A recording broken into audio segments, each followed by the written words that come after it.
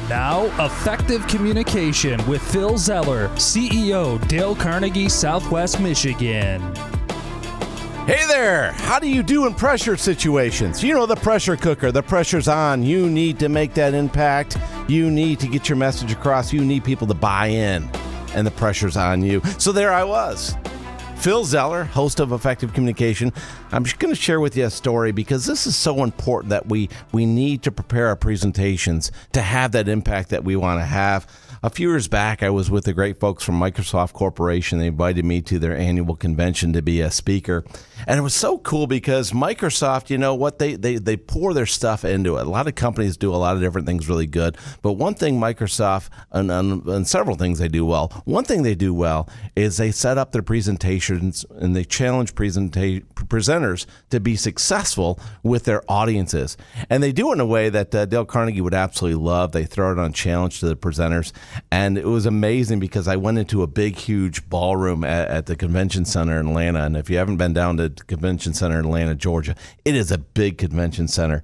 And in this huge ballroom where all the presenters were getting prepared and they were putting their notes together and going over their presentations, there were all the names of all the presenters and all their sessions up on a big ticker tape board. It was a big electronic board on the wall, and it showed real-time scoring of the presenters.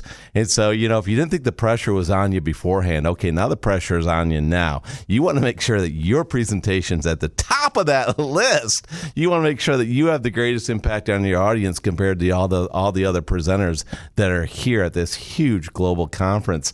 And so as I'm preparing for my presentation, it's interesting because these are all technological people at a Microsoft conference, right? And here I am, the former techie that's now become an expert in communication and human behavior. And I'm speaking about what I do now, not what I used to do. So I've got to win over all these techies to my way of thinking. Well, one of the things that Microsoft did really well is they challenged you with your visuals. And visuals are so important in your presentation because the benefits of visuals is they help you to dramatize your ideas that you're trying to get across to your audience. They help guide your presentation direction if you use them right and they're in sync with what you want to cover in your presentation.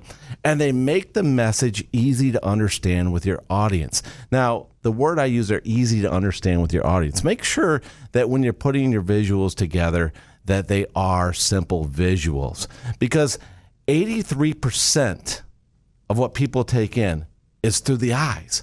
And so the visuals have to make sense. They have to be clear. They have to be crisp. They have to really sell an idea that gets people emotionally thinking about something. But it can't be too complex, but it has to be complex enough to get their attention.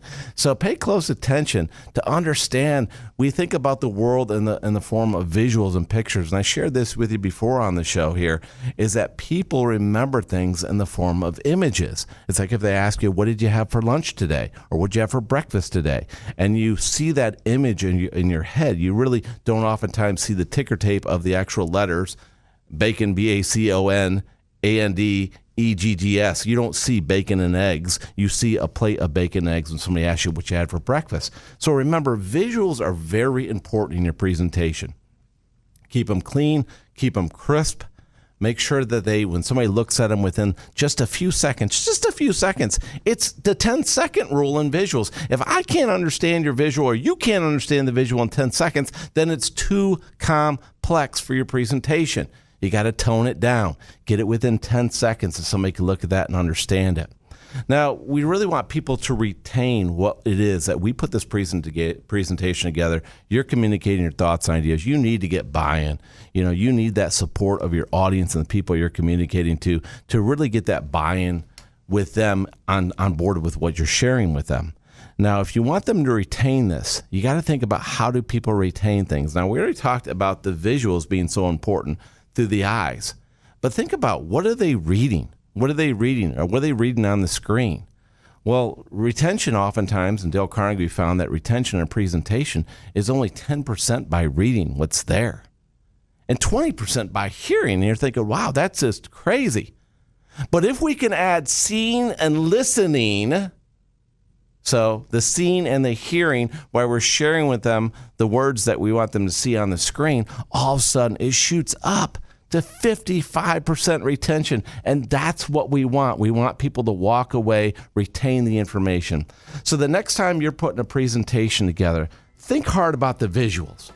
Think hard about it. Keep them simple. Keep it simple.